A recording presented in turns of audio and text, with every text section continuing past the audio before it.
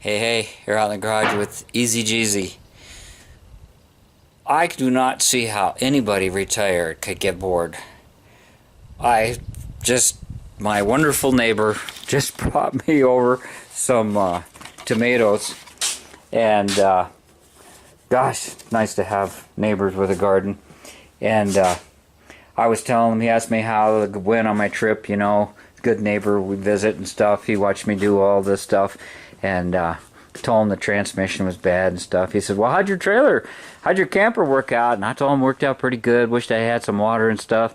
And so he said, oh, I trashed an old, parted out an old camper years ago. He says, I still got the stuff for it. He says, how about this water tank? And a nice size little water tank.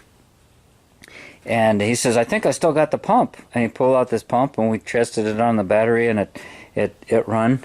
And look at this nice small little stainless steel sink.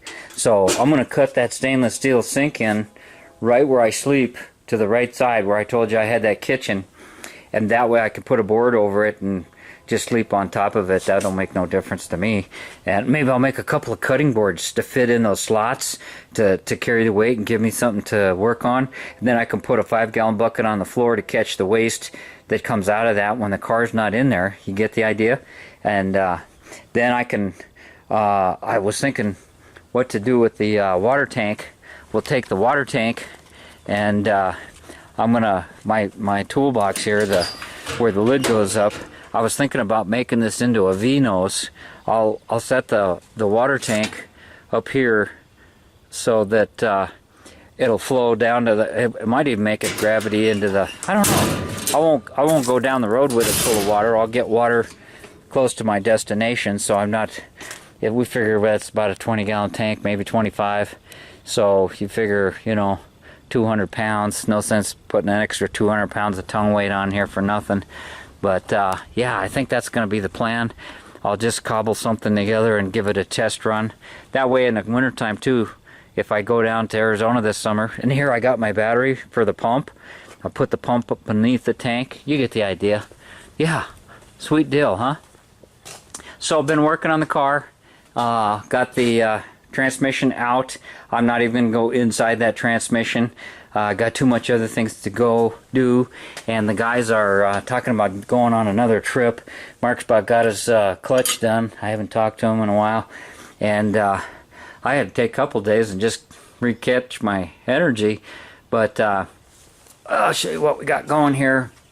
Here's the transmission that was in it, and at the beginning of all of this, when all this started, we were working on this close ratio tranny for the red fiberglass tub buggy, and I was going to make that into my sand car, and I didn't really want to do it because it's got a shorter wheelbase, it sits up higher, and it's not tough enough for the abuse. But I thought, I'll just go putter around, I won't make a big deal out of it. But no, I had to go to California on a wild goose chase, and turned out to be quite the adventure. Now I got the trailer, now I got the car, and this car is tough, man. This son of a bitch is pretty tough. It's an old race car, probably 50 years old, and it's tough. Those are just empty boxes. Don't get any ideas in your head. I'm not planning on building any engine soon. The engine did real good. There's the 1800, and you see, they're the same basically, see? With the stock shrouds, I can interchange that. I could put the 1800 in there and take it out, maybe on a dirt trip. Sand requires a lot of horsepower. Those big paddle tires, and you need a light car and a lot of horsepower. A grunt motor. This ain't no drag motor. This is a grunt motor, and it did fine on the trip. I was making this into an IRS tranny, and I had tested it once, so now I have to convert it to a swing axle transmission, and that was a real chore. And I'm going through all my old parts here. I thought I was done with swing axle, but see, I was cherry picking it, and I come up with enough stuff to make this work. So the idea is to keep this one. Hopefully it'll be a good one, and we'll have a good close ratio, and then I'll get this one fixed, and I'll have a good close third and fourth. That worked out good. Third would have been sweet if I would have had one. And then here's a transmission that the guy gave me, and I popped the cover off. He said it was no good, and sure enough, the ring and pinion has teeth missing. So, but it is a 437. And someplace in this mess, I have a 437 ring and pinion. The carrier for the 437 is 6-bolt, and the 412, which this has got, is a 8-bolt. And none of that later stuff and older stuff interchange. The bearings are different.